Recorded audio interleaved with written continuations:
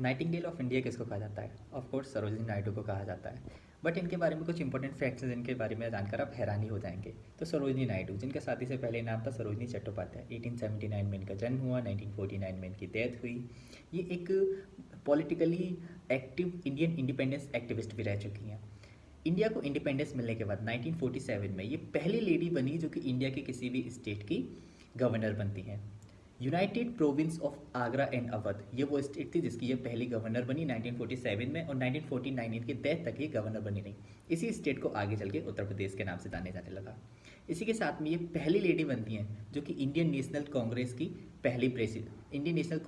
पहली lady president बनती है, फीमेल प्रेसिडेंट 1925 में बनती हैं।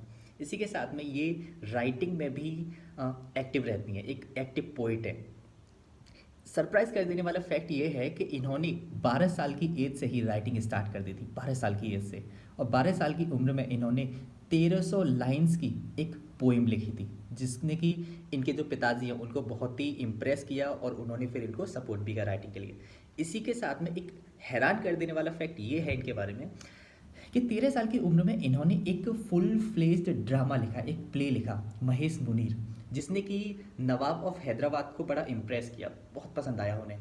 और इसके बारे में इन्होंने आगे चल के ये कहा कि ये जो राइटिंग थी वो मैंने 13 साल की उम्र में कंप्लीट करी थी, और वो स्पेशली तब कंप्लीट करी थी जब मेरे जो डॉक्टर हैं, मेरे डॉक्टर ने मुझे कहा था कि मेरी जो तबीयत है वो बहुत ही ख़राब है और मुझे बुक टच भी नहीं करनी चाहिए। कैन यू इमेजिन, जब डॉक्टर ने कहा था कि इनको बुक टच भी नहीं करनी चाहिए, इनको अपना ख्याल रखना चाहिए, उस टाइम पर 13 साल की उम्र में इन्होंने पूरा प्ले ही लिख दिया। So that is the surprising